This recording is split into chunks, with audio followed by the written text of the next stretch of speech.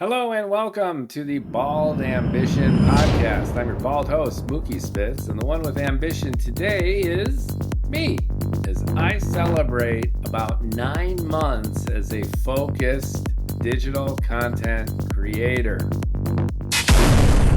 poised to birth my personal digital creator brand. I thought I'd spend a few minutes talking about my journey within the context of what we've been covering on this podcast over these few months, namely creating a brand strategy, a brand identity that's effective for your company, your product, your service, and doing so within this tsunami of content that we're all saturated by day in, day out in 2025. I've referred to it as the wall. And it's the weirdest situation right now that we're all palpably experiencing. On the one hand, never in human history have so many people been absorbing so much content. And it's not just text, but it's audio and it's video. It's a true multi-channel flood of data. We check our phones hundreds of times per day. We are on screen for most of our day, multiple modalities, smartphones, tablets, televisions, computers, laptops.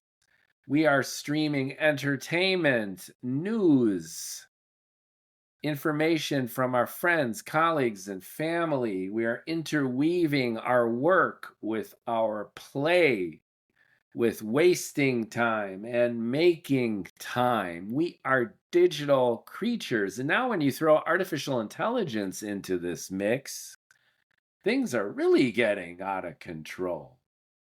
I brought up the idea of the wall, this blast of daily content, and it creates a paradox for both audiences and creators.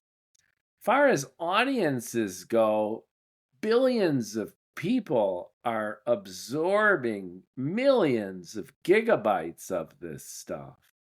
And conversely, you've got millions of content creators who ostensibly are trying to connect with these audiences to get attention, sustain attention, trigger some kind of action. So if you're a company with a product or service, this gets at the heart of your marketing and PR initiative. Only a few years ago, it was so much easier, so much more straightforward.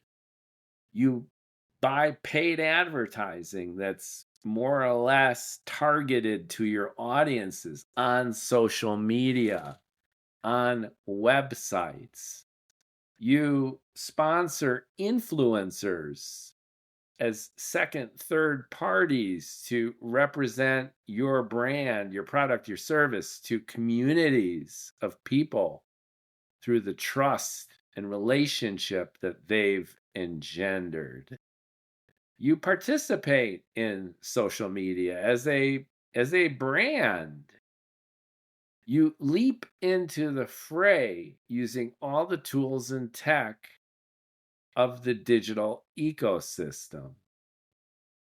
Now that's worked more or less, but the sheer volume of content alone, quantity has superseded quality, not only in terms of the merit or value of the content itself, but in terms of our overall approach to getting the word across.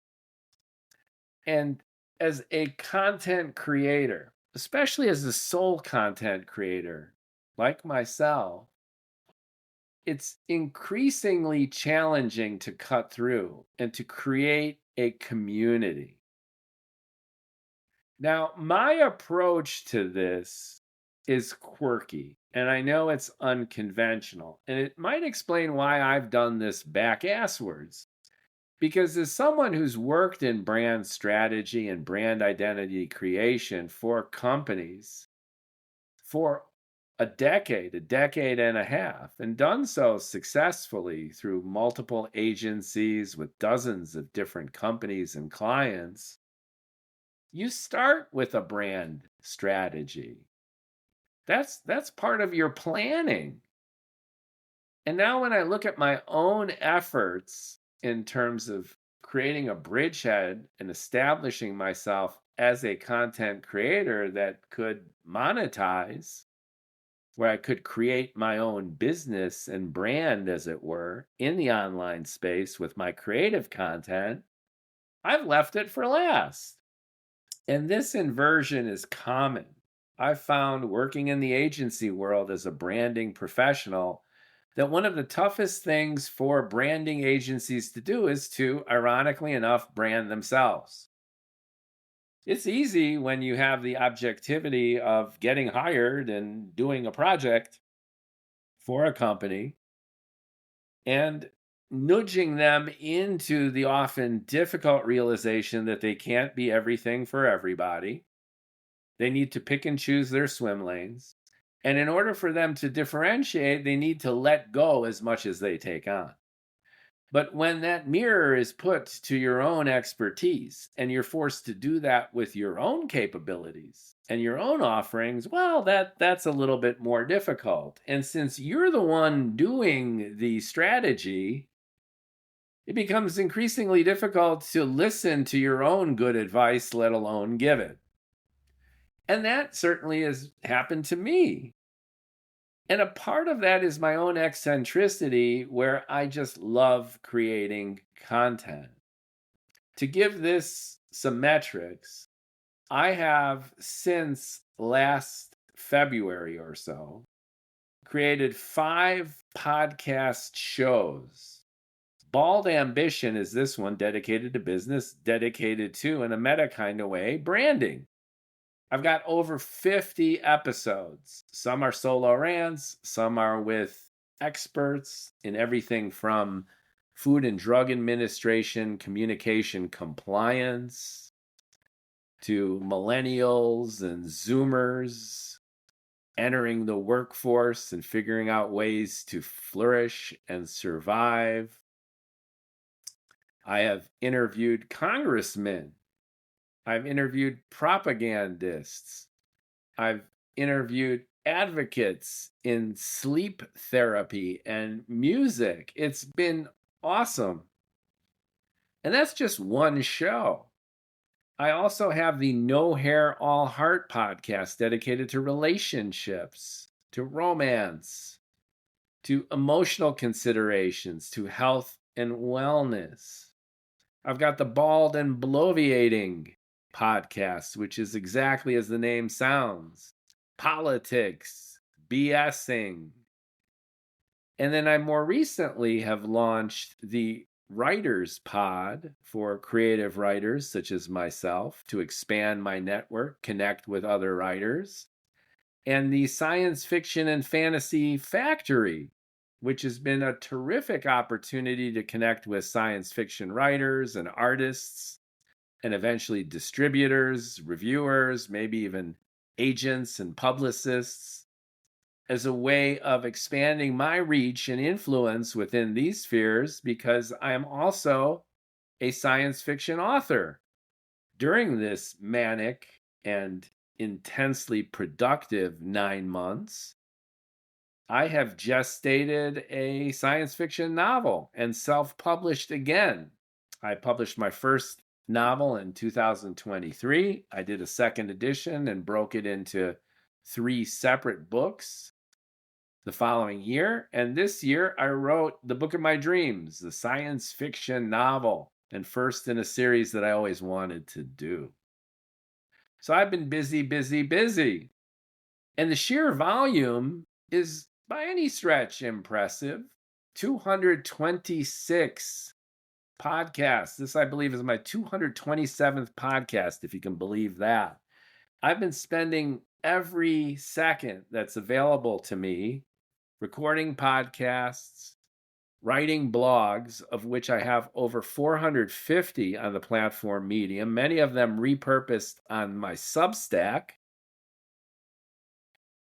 And then, in addition to all of that, I have been carving out time to master the art of the first person point of view video rant, where for anywhere from 30 seconds to 3 minutes or so, I expound on a particular subject: politics, art, culture, science.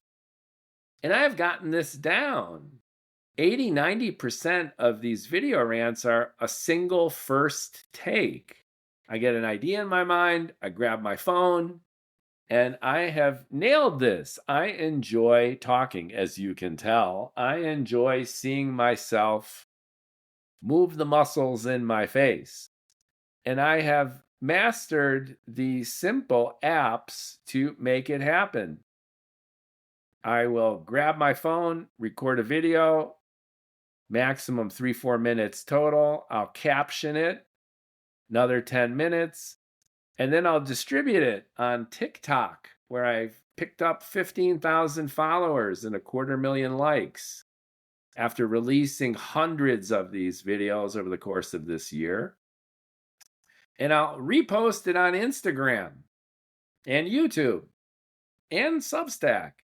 And I have also created a Patreon profile for those generous enough to throw me a few bucks every month to keep on.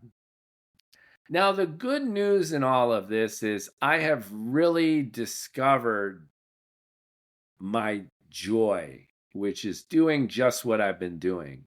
I am so intrinsically and thoroughly satisfied with creating content in all these different forms, day in, day out, making time whenever I can. I've got family responsibilities. I've got my paying work, and I'll get to the monetization aspect of this new content creation obsession. But I have been loving it for the sake of simply doing it. And that in and of itself has been a double-edged sword. And I've gotten better at it.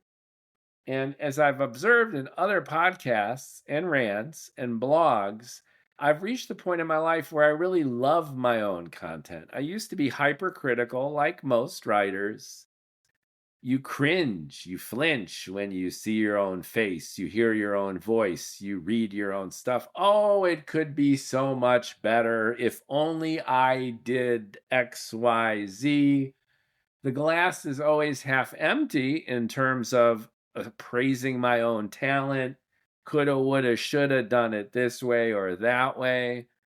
And what I have acquired after decades of concerted effort, and it could be a combination of multiple factors, simply mastering the craft, finally propelling my children into adulthood so I don't have to worry so much about their lives and livelihood as a caregiver, benefactor, father, provider. I've been able to dedicate more and more time to my creativity. I've been able to become financially more irresponsible because you need to take some risks. No pain, no gain. Look at Amazon in a macro capacity, setting the stage for delayed gratification for investment and high risk in the initial phases of a project. Bezos' famous letter to shareholders, where he announced in the 90s to not expect return for years to come. And if we make it, if we can tip the scale, then it's hell's bells, off to the races. But you're investing in a long-term win here, if you would be so bold and courageous. And that precedent has now become standard in Silicon Valley, in technology. Look at the current AI boom, some would say bubble, where trillions of investment capital are flying all over the place, while the AI companies, the return on that investment is minuscule in comparison. Back in the day, like 30, 32 times EBITDA was seen as crazy time. Now it's like baseline on NASDAQ. So, this idea that you need to invest, you need to take hits, you need to lose, lose, lose, lose, lose until you win is endemic for innovation and cutting through. And it's de rigueur for making one's way in this crazy time, attention starved wall of a digital ecosystem. You gotta commit. You gotta be willing to take risks. You gotta be willing to go into the hole. You gotta be willing to dive in swimming, or otherwise you're just not gonna be able to pull this off. And even if you do all these things, there's absolutely zero guarantee that it'll ever pay off. But I am just thrilled to participate and be a part of this and pave my own way. Now, that's all the excitement and enthusiasm, and I put that in the good news category. And just to summarize, I've come into my own creative renaissance after being daddy-o for decades. I have got my second, third wind after practicing the craft for decades and building confidence and know-how and the mad skills to finally love my own work.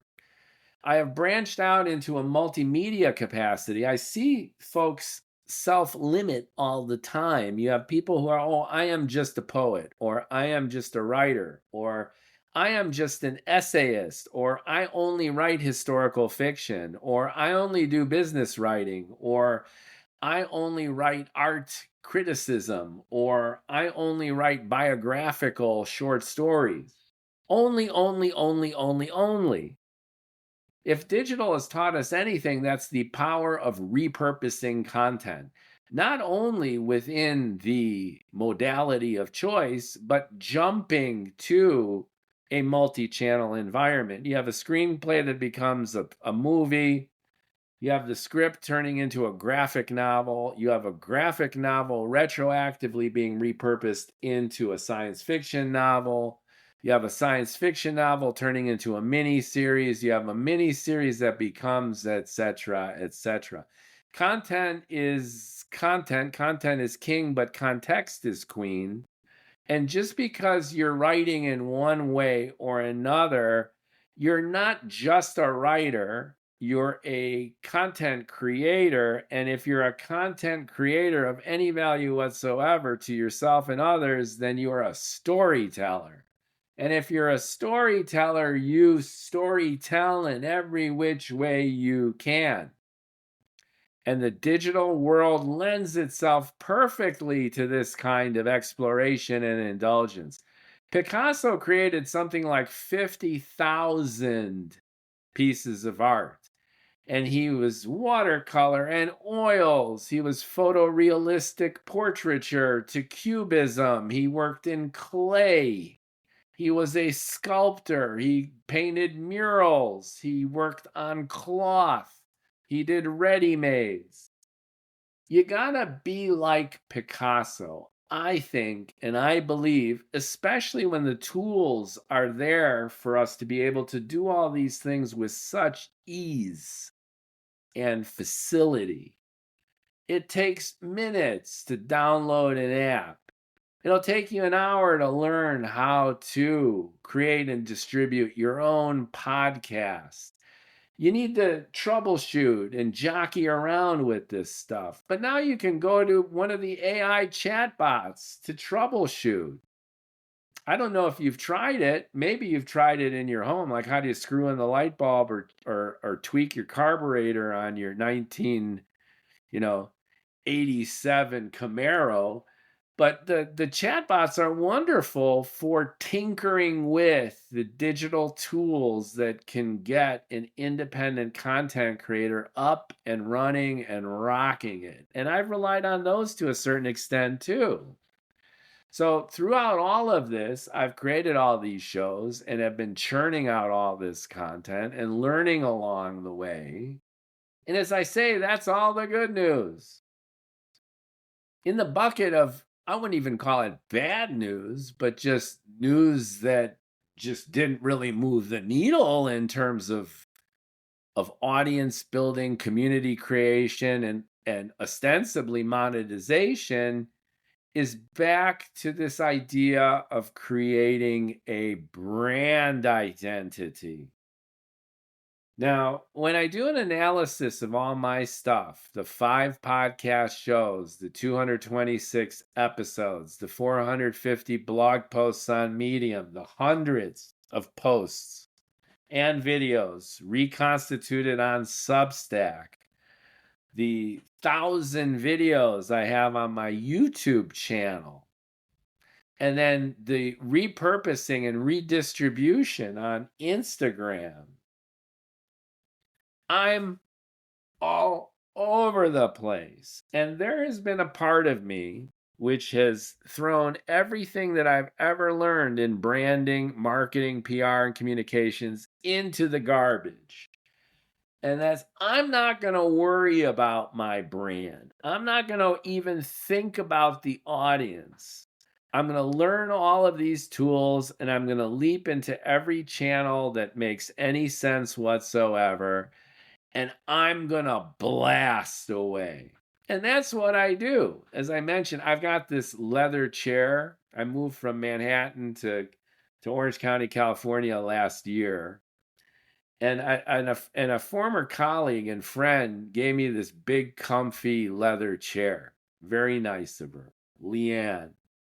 And I call it the upload chair. So I'll rant in my kitchen or I'll record a podcast, and there's various processing that I need to do. And I will sit my ass into this comfy, big leather chair on my phone with the heavy bandwidth, ultra fast Wi-Fi that I've purchased from my local provider here, with my router getting hot enough to cook an egg on it, cranking out on average a terabyte, 1,000 gigabytes of content every month, and tweaking it on my smartphone usually. So I'll export the podcast and add a little EDM intro track. I'll upload my content to Dropbox to save it. I'll bounce my content between my old PC, which is falling apart and doesn't have any memory left, to my newer HP laptop. I've got this jerry-rig, Rube Goldberg, ridiculous setup, and I love it. It's my own eccentric Mookie studio of Mookie content that is my engine, my laboratory, my studio, which is just blissful. And as I mentioned, whenever I have time, I'm in there creating content and distributing it. I have no schedule. I make it, I shake it, and then I bake it. And it's recorded and it's distributed. I normally don't schedule things. I don't have a content calendar. It goes out there. Now, all of this begs the question, as I mentioned, of everything I've learned about actually building an audience. So the obvious has manifested itself. Contrary to the initial hope I might have felt, this is the dream. Something is gonna catch. I remember being in Chicago and there was a young waiter there and he was going to go to LA with his girlfriend. And I remember talking, this is back in the 90s. I'm talking to the guy and he's like, yeah, I got screenplays and we're going to make it in Hollywood. And I've heard that before, and sometimes it works, sometimes it doesn't, most often it doesn't. And I said, well, who are your industry contacts? And he goes, well, we don't have too many, but we figure we're going to go into the eye of the storm. We're going to hang out in Hollywood and we're going to make our presence felt, as it were. And I admired him and his girlfriend for the boldness, but I remember even at the time that it was reckless and it was pretty much doomed to fail because it was overconfident and it was just based on a hope that destiny will prevail. And I bring that little vignette up because that's how I've been operating. I've had this hope that destiny would prevail, and it hasn't been paramount. It's not like I am creating this content so that I could enable this to happen.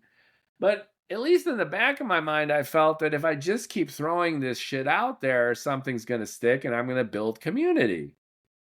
So that's what I've been doing, which is I am going to create, for example, 5 different podcast shows because someone listening to a science fiction podcast won't necessarily have any interest whatever in this political podcast.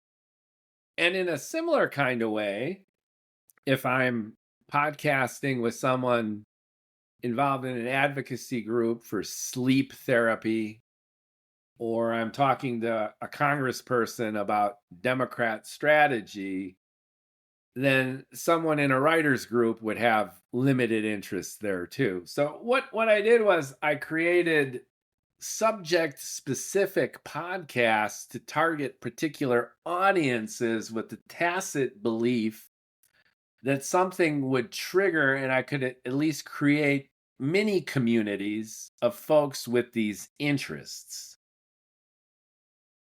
Now that runs in opposition to a more integrated strategy, let's just say, where if I would rewind the clock, I would just have the Mookie Spitz show.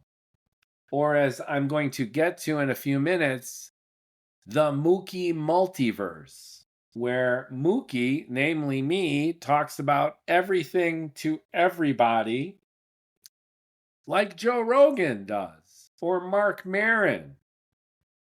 They are the early podcasters who paved the way. And by want of that number one need that you have to stake the claim, which is be number one. Make it so that you're synonymous with what you do. Kleenex. Kleenex is a brand name. It's a tissue, right? Xerox. I want a Xerox copy. Well, Xerox was synonymous with copy machines. The list goes on. So Joe Rogan, Mark Maron, they're able to talk to everyone from Donald Trump to Barack Obama, respectively. And they could shift their political positions too.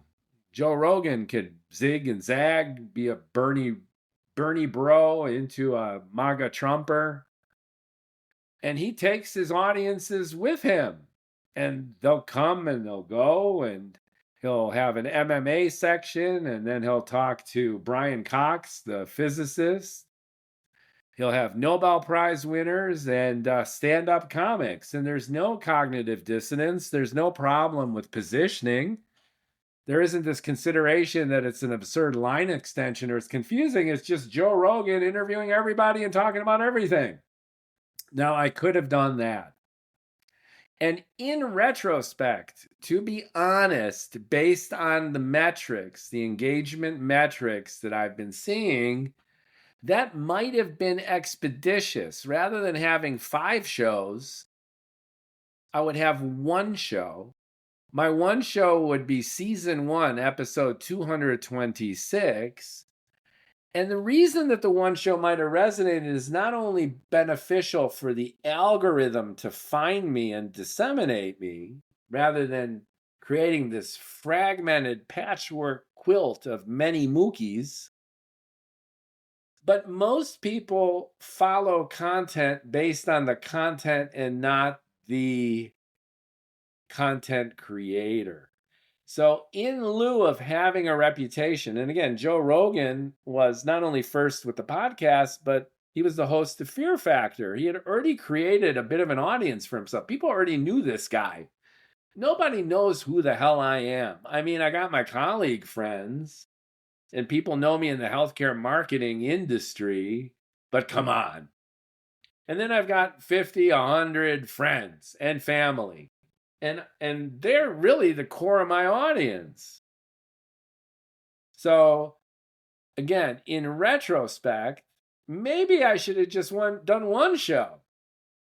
Because most people that I don't know and that I don't directly have contact with who have listened to me, and I see the metrics, people in Hamburg, Germany, in Africa, in Australia, in Asia have listened to my podcast. And these are folks who are doing searches, active searches on the podcast platform to find particular types of content that interest them, and then mine bubbles up, because I don't think my podcasts organically bubble up on any of the major platforms as like, hey, check this out, or the recommended podcast of the day or the week.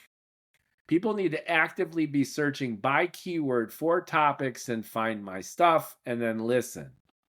And because they're accessing me that way, I could very well have just had it from a single stream and push everything out of the Mookie Spitz show or Mookie Multiverse. Instead, I chose this more targeted approach by subject. And frankly, I think that that's confused the algorithm and weakened my capacity for expanding reach, and ironically enough, building community. Because people who listen to me like me and how I might interview people and my patterns of thinking, my tone, my attitude. And then they'll come back for more Mookie. But instead, almost everyone in these one-offs who are searching for particular content, they might have been satisfied with the podcast on that topic, but I get very little stickiness. I get very few people who are like, oh, I like this Mookie guy. What other podcasts have he done? So this is a big learning. It's very interesting, and it goes back to brand yourself up from the beginning. Branding experts usually have a forked path, and this is an important digression. You could create what's called a branded house or a house of brands. And the easiest examples that percolate up to the top, Google. Google is a classic branded house. You have Google. Google was led by Google search, and Google became synonymous with search, just like Kleenex with tissues. So you Google it. You don't search for it. You Google it. It became part of our culture. And underneath that brand, whose characteristics included efficient simplicity, you just have the box, right? You used to have the Yahoo page full of links, and then that led to just a box where you just type in what you want. The first real effective use of the prompt, which now is obviously taken over the world with AI. But anyway, Google is search, and Google is, by way of that efficient search, simple, efficient, and reliable and effective. So as sub-brands for Google, you got Google Mail, Gmail. That's fast, that's efficient, that gets it done. It's lean and mean. It's a fighting machine for your digital benefit. Then you got Google Maps, Google Drive. You could store your stuff. The list goes on. Now, Android doesn't fit in there, and they were probably smart to create that as its own separate brand, because people back then might have gotten a little schizophrenic with a Google phone when the Android is a generic operating system that operated on multiple phones as a hedge against Apple. That's a different story. But again, as a master brand, Google is a great example. Another master brand is Virgin. Virgin Galactic, Virgin Hotels, Virgin Apps. If you're staying at a Virgin hotel, or if you're flying a Virgin, or if you're using Virgin technology, then you're luxurious. You're in a higher class. You're a little bit naughty and risque. Master brand. Now, on the flip side of that, you have a house of brands. Procter & Gamble, P&G, commodities usually do this. If you're thinking of Tide, you don't think of it being made by P&G. Tide is its own brand. If you're thinking of Dove soap, you're not thinking of Unilever Corporation. So usually with commodities that need to differentiate in a highly volatile, less expensive, lower tier market, the brand itself needs to do the heavy lifting. And in this sense, a house of brand works very well. And then if one of these brands starts to ail or fail, it's not going to bring down all of Procter and Gamble or Unilever. They just adjust accordingly. So long story longer, a branding expert will advise their client that you could take one of these two paths. Now, there's also a hybrid approach like Amazon and even LG Corporation, and it's become prevalent in our digital age where everything's connected, where you're perfectly comfortable understanding that Amazon will provide you toilet paper delivered to your door in 12 hours or your favorite TV show. That's weird when it comes to branding. But that's kind of new, this hybrid brand where Amazon Basics will get you a new steak knife and Amazon Prime Video will get you your favorite TV show. No schizophrenia there. It's a weird kind of new combination. But that's new. And you need a footprint as massive as Amazon or LG Corporation to be able to do that. So back to my learning. I opted for a house of brands approach because I was going by content topic. Relationships, dating, health and wellness, no hair, all heart. Business, consultative selling, branding, hello, bald ambition. Politics, bullshitting, bald and bloviating. And recently, as I mentioned, the science fiction and fantasy factory is a way of networking to my fellow science fiction peeps to build network and to get my book out there. I think that for the latter, that was a good idea. I need the science fiction and fantasy factory to do the heavy lifting in that area. And my Ink versus Algorithm Writers Pod similarly makes writers comfortable. If I would just have the Mookieverse, the Mookie multiverse, where I'm just podcasting about everything under the sun randomly, sporadically, it would arguably be more difficult to get particular guests and target for particular audiences in lieu of not having an entrenched reputation and following like Joe Rogan and Mark Maron. So in ways, the cat chases its own tail for this kind of exercise. So I think I was half right. I think it's worked for niche audiences. But as far as the algorithm is concerned, as far as building community and undercutting the prospects for my reach and engagement to expand in proportion to the sheer volume of content that I'm releasing, this house of brands has not worked in that way. It's been fun for me in terms of thinking about new content in my Mookie brain. And it organizes things in ways that really enables me to get that focus and get stuff out there. But I think a branded house works better in the digital world. And this leads me to my next revelation. 9 months into it, after all of this content has been created and continues to get created, how can I birth my personal digital creator brand to one up my game in the space, to get audiences stickiness? And I have put together a short list of best practices. And I'm sharing these not only for other digital content creators to perhaps learn from, but for companies and brands. I'm applying this to a certain extent to my professional work in branding with clients. And here goes. Number one, you need to get the algorithms to work for you instead of against you. If you've got, I count 8 separate channels where you get Mookie content. You've got the podcast platforms. I'm just counting them as one, although it's Apple, Spotify, iHeartRadio, etc.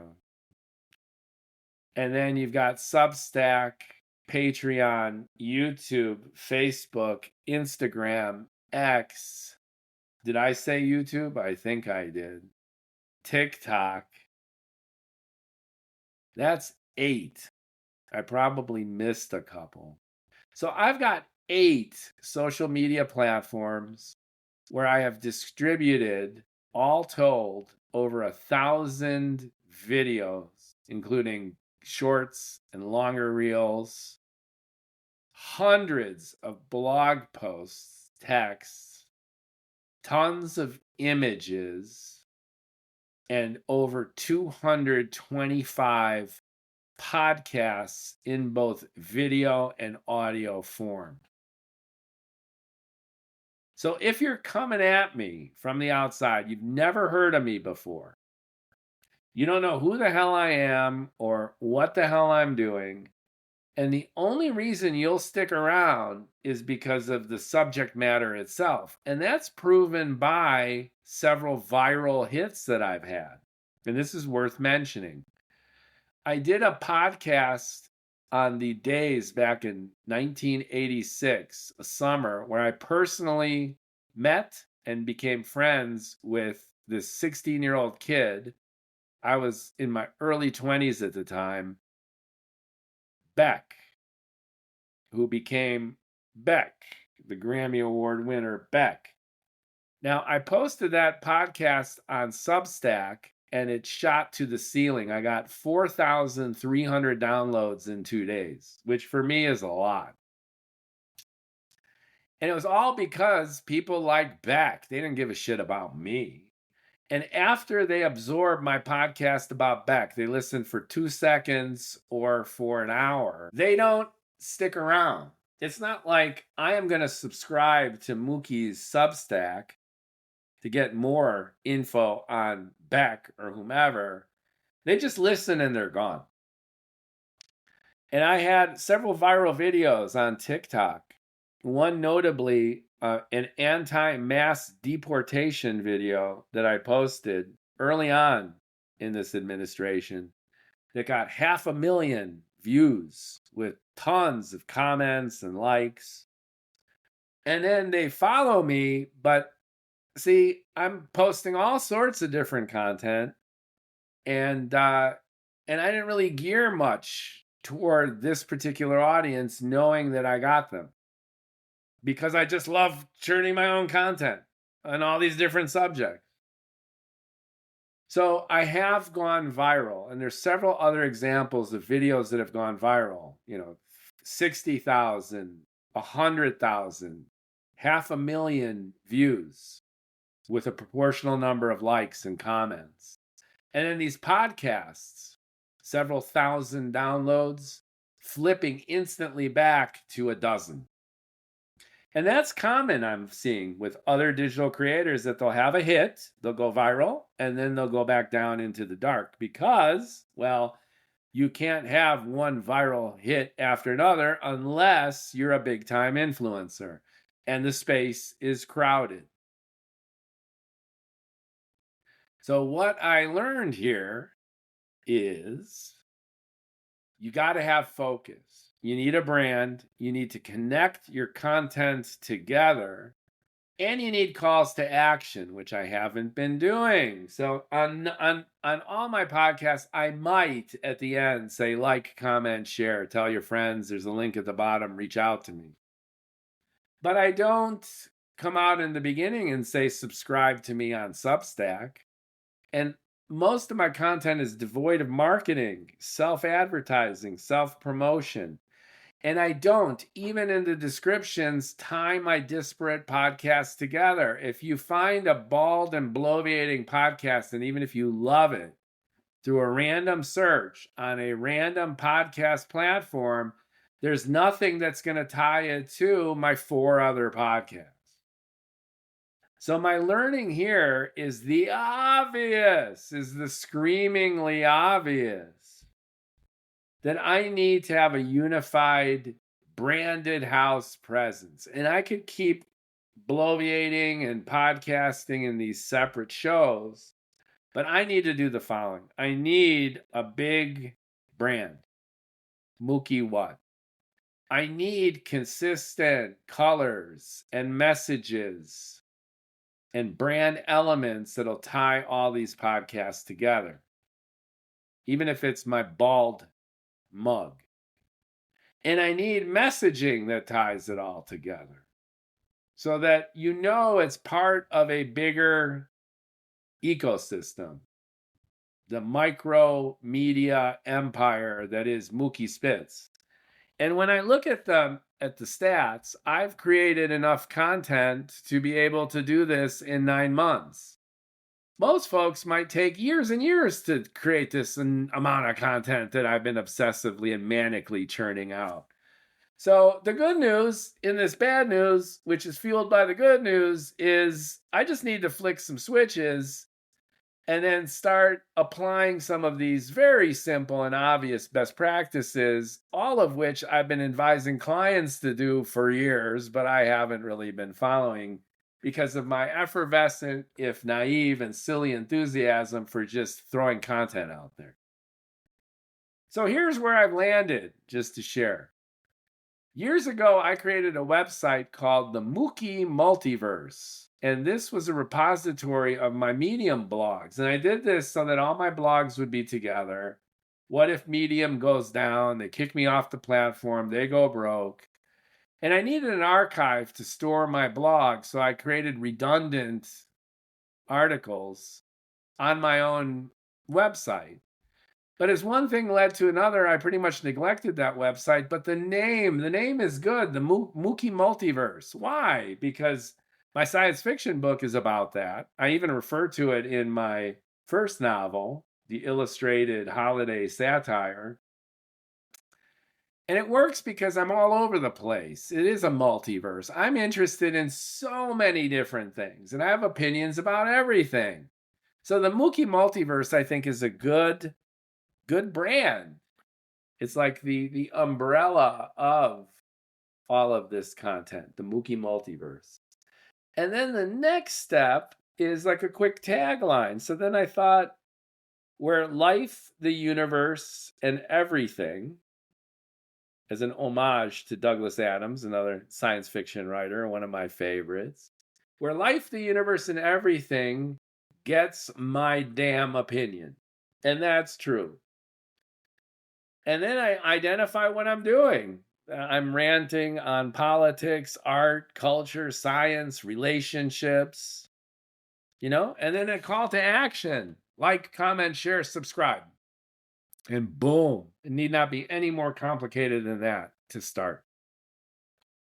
And that's my plan, Stan, to unify this fragmented, all over the place house of brands into a branded house underneath the umbrella, the master brand of the Mookie Multiverse, and to establish that messaging consistently across it, which applies to every modality, every platform, every type of content, and every subject, where life, the universe, and everything gets my damn opinion.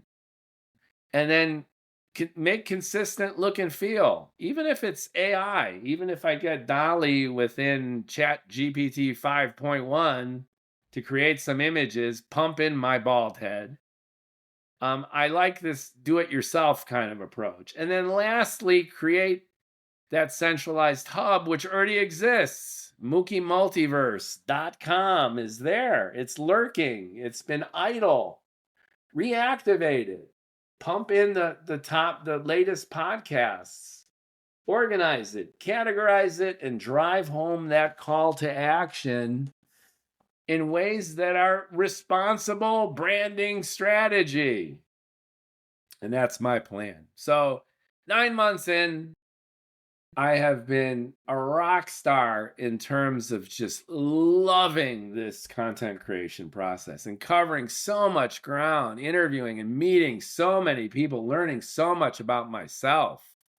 For example, just as a little side note, when a podcast is processed, I see the different tracks. I use the Riverside app. No, this is not a paid promotion, but I'd love to be at the point where I can do paid promotions.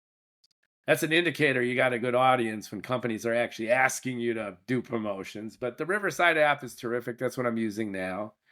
And it breaks each track into its own track.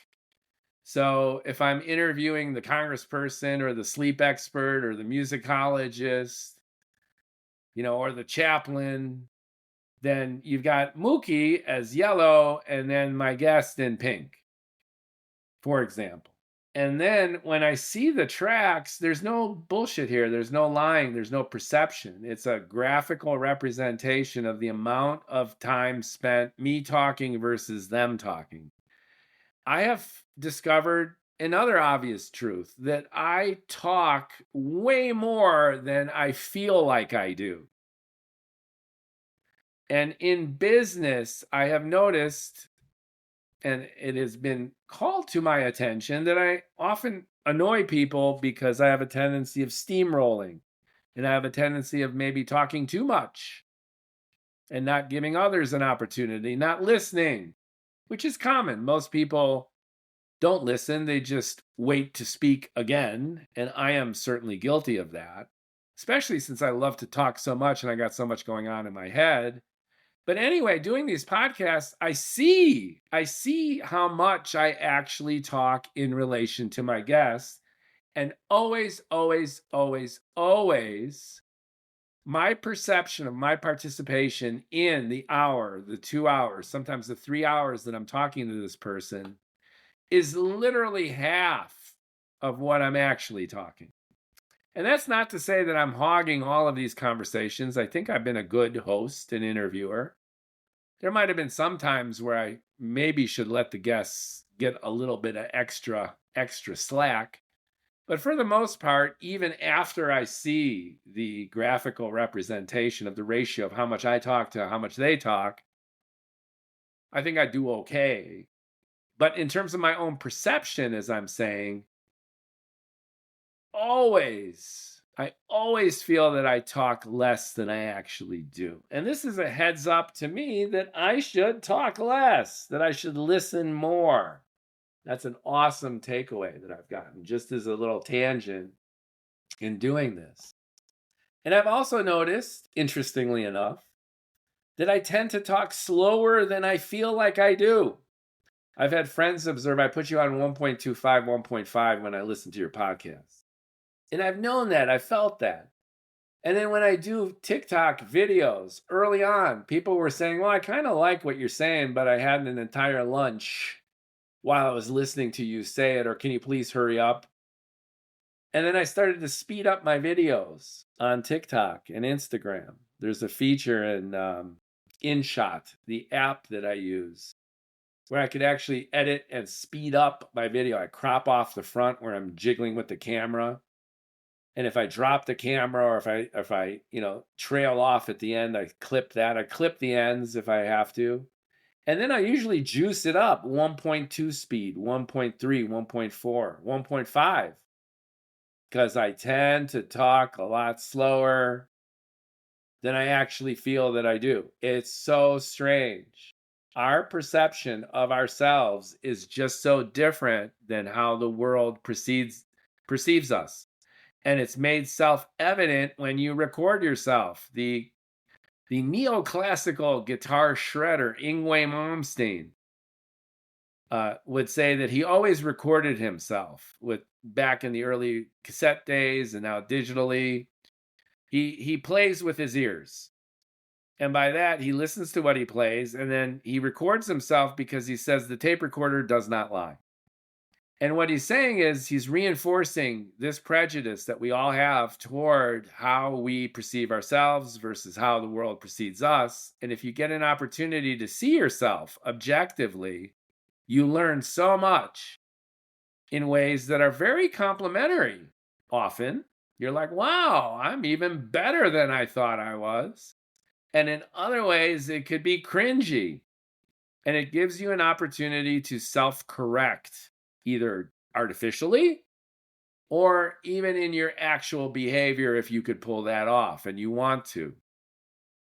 So I have learned these amazing things. Just to summarize, I talk way more than I think I do. So I should STFU and listen more. Give people more space professionally on my podcasts, in my everyday life, in my relationships. Listen more. You're talking more than you know. And the other one is you talk slower. Your brain might be going a mile a minute and you can't STFU, but when you do speak, you speak pretty slow, dude. Try to speed it up, and if you can't and you're sharing something, then speed it up for them. And there's a host of other learnings that I've picked up. And on the plus side, I think I'm a pretty good interviewer. And even in these solo rants, this is all unscripted. Every single podcast, 226 podcasts, either alone in solo rants or with other folks, have been completely unscripted. I don't even write an outline. I have it floating in my head. I've got pretty good RAM space in my head, to use computer nomenclature or computer models, for stuff I like. So when I was finishing up my science fiction novel, which came out to about 120,000 words, 419 pages, I had that whole thing in my head. So I knew every scene and what I needed to do. And it was glorious, the home stretch, when I locked myself in my apartment to finish that thing over 2 months, working almost nonstop, completely immersively. I was rocking and rolling on that. And it was all in my head, no notes. I can't use notes. When I do public speaking, I found that I blanch, I fuck up, I make mistakes when I have notes, or, oh, God forbid, I read something from a sheet. I quote, I can't do it. I just needed to do a passing glance at a slide, and I know where I'm at, like a storyboard moniker, like a billboard on the freeway, and then I know where I'm at, and I'm just going. If I memorize anything in public speaking, it's the first 5 seconds. How do I open and connect with the audience? And maybe the last 10 seconds, so I know how to close it. And that's it. I just need a general idea of what I'm talking about, and I go for it. And even when I'm writing a book, it's all floating around in my head. So I'm good at this. And the benefit of this is I believe my stuff comes off organically and naturally, and in that way is compelling. So the reason I'm ranting on this tangent is I think the only thing that's really precluded me from busting out and creating a community and actually generating truly positive ROI and maybe monetizing this frenzy to the point where I can maybe call it a career is these factors. I need to listen maybe a little more. I need to perhaps talk faster or get to the point quicker. And I need to integrate all of these flailing, erupting pieces of content into a continuous and unified brand presence, so people want to subscribe to the Mookie multiverse on Substack, because I can own that. And I need to put some stuff behind the paywall, because I figured if I don't really have a community, why would they pay? Who is going to pay for something if there's hardly anyone paying attention? But I need to start doing that too. And I need to start promoting my stuff within my stuff, which is, subscribe to me on Substack. Just come right out. I knew this over-the-top sales guy years ago. We did big pitches for big healthcare companies. And he wore a Rolex. And I remember being on stage and pitching. I was pretty good at presenting. They liked me. I did well. I helped the company make some big deals. I was their digital expert. And I remember him with his Armani suit and his Rolodex, and he would lift up his Rolodex like he's, picking his nose or rubbing his chin and point to it, which was a double reminder. The one was, you're going too long, wrap it up. And then the other one was, keep making me money, kid. I love that. I'm gonna use that somewhere.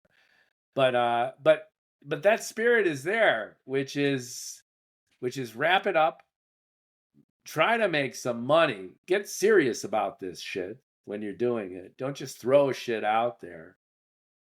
And if you can, follow his other lead, which was, he used to say it to us internally, and he used to end every big pitch by going meta. He'd break down that fourth wall and he would say, I just know that, we can't win the business unless I stand here and I ask you for your business. He'd just come right out and say it. And he'd be like, you've seen all our stuff, blah, blah, blah, blah, blah. And he would kind of summarize it. He wasn't a strategic thinker. He was a people person like most salespeople. And then he would land with, I'm asking you for your business. Based on what you've seen here, we would be the best partner for you, and I implore you to hire us. He'd just come right out. And oftentimes this would get a giggle and a nod. But that's one thing that I haven't been doing at all. I haven't been asking even those people that I have found to join me on this journey. I've just been sharing my stuff, which is, just like, comment, share. I need to be more direct. I need to ask for it to get it. And what I need to ask for is subscribe to me on Substack. Follow me on Twitter. Don't just watch the content, engage with me.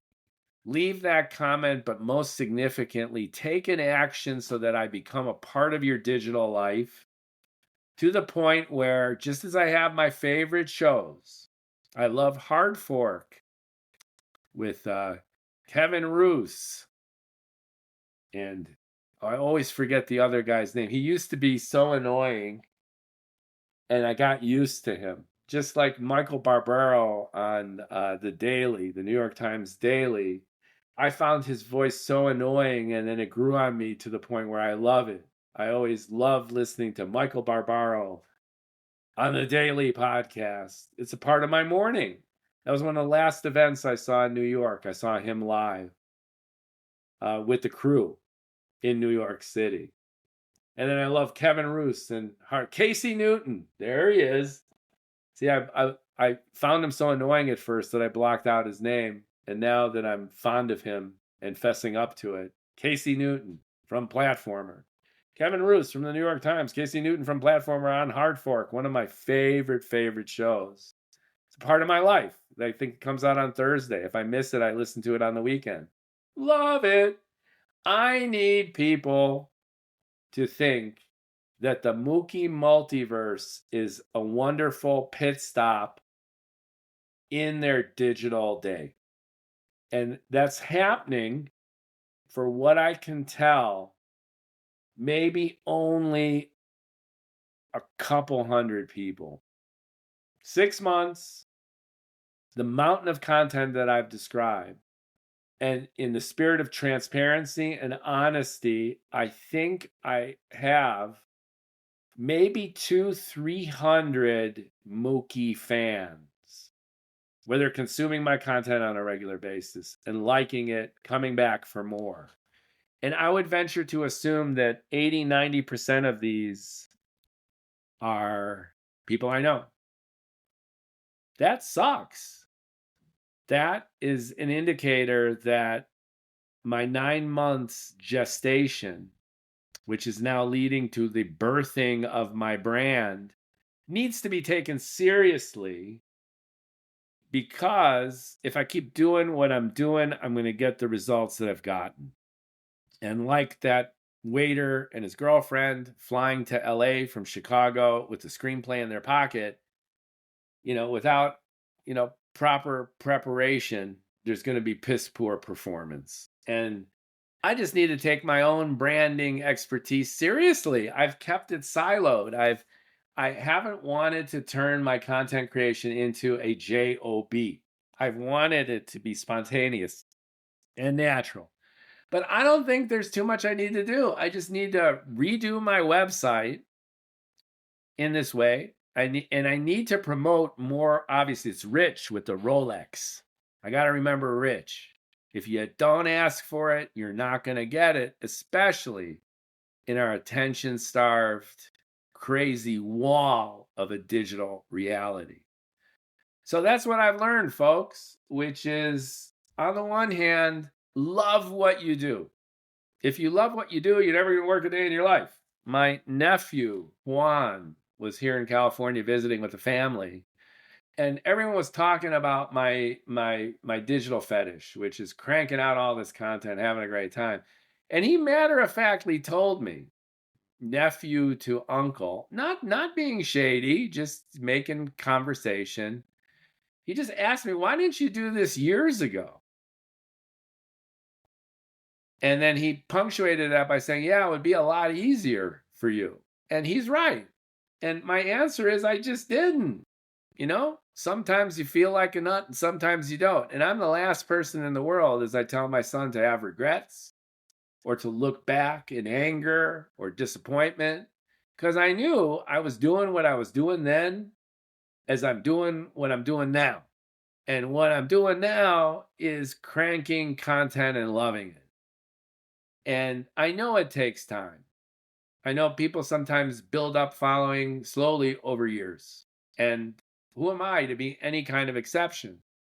But this podcast is what I've learned. And what I've learned is raw enthusiasm and love will get you personal satisfaction, but won't necessarily get you acknowledgement from the world. Now, I could say that getting no acknowledgement from the world is fine, and it hasn't precluded my productivity or enthusiasm to date, and I don't think it ever will. To be honest with you, as honest as I have been. But it certainly couldn't hurt to extend my reach. And it certainly would be satisfying if more people engaged with my content and knew about it. And I've already proven to myself that I can handle and actually enjoy the rebuke and the criticism. Try posting on TikTok. If you haven't already, pick any subject, particularly a political one, and just express your opinion and see what happens. I have had every name called at me, every insult hurled that you could think of, and I'm better for it. And in ways, it's a karmic whiplash for all the criticism I've done of other people when I was an idle bystander. I love it when people who create nothing and do nothing except leave mean comments on social media, leave mean comments on social media. It's astonishing. And the one feeds off the other. The less you actually do and the less you actually contribute, the more effervescent your opinion about things.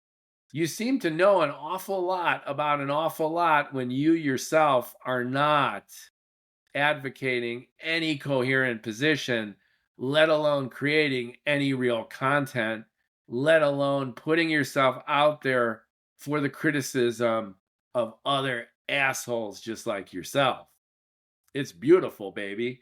But that's human nature. That'll never change. And if nothing else, it reinforces the maxim practiced and preached by the anti-hero of my science fiction novel, Johnny Fazuli. And it's beat me, bore me, just don't ignore me. And up to now, much like my anti-hero, I have done a mediocre to shitty job in terms of building community.